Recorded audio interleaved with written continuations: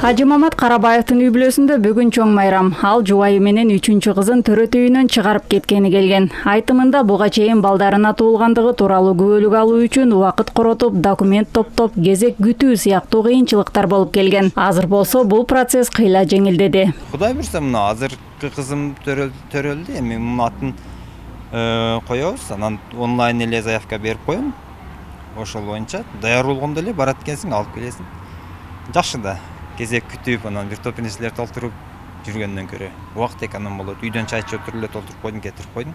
Эми жаңы төрөлгөн баланын туулгандыгын каттоо үчүн калктык тейлөө борборуна баруунун зарылдыгы жок. Арызды ата-энелер мобилдик тиркеме аркылуу эле жөнөтө алышат. Адистердин маалыматына ылайык арыз берүү үчүн тиркемеге кирип, баланын аты жөнүн так жазып, электрондук кол тамга менен ырастоо жетиштүү. Санариптештирүү нике күбөлүгү болуш керек. Андан соң алар баланын аты жөнүн туура жазыш керек.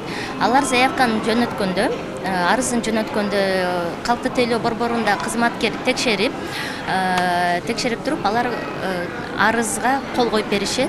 Ошондой эле система медициналык билдирүүлөрдү автоматтык түрдө кабыл алып, маалыматты тиешелүү органдарга жөнөтөт. Арыз каралып бүткөндөн кийин жыйынтыгы кайра тиркемеге келет.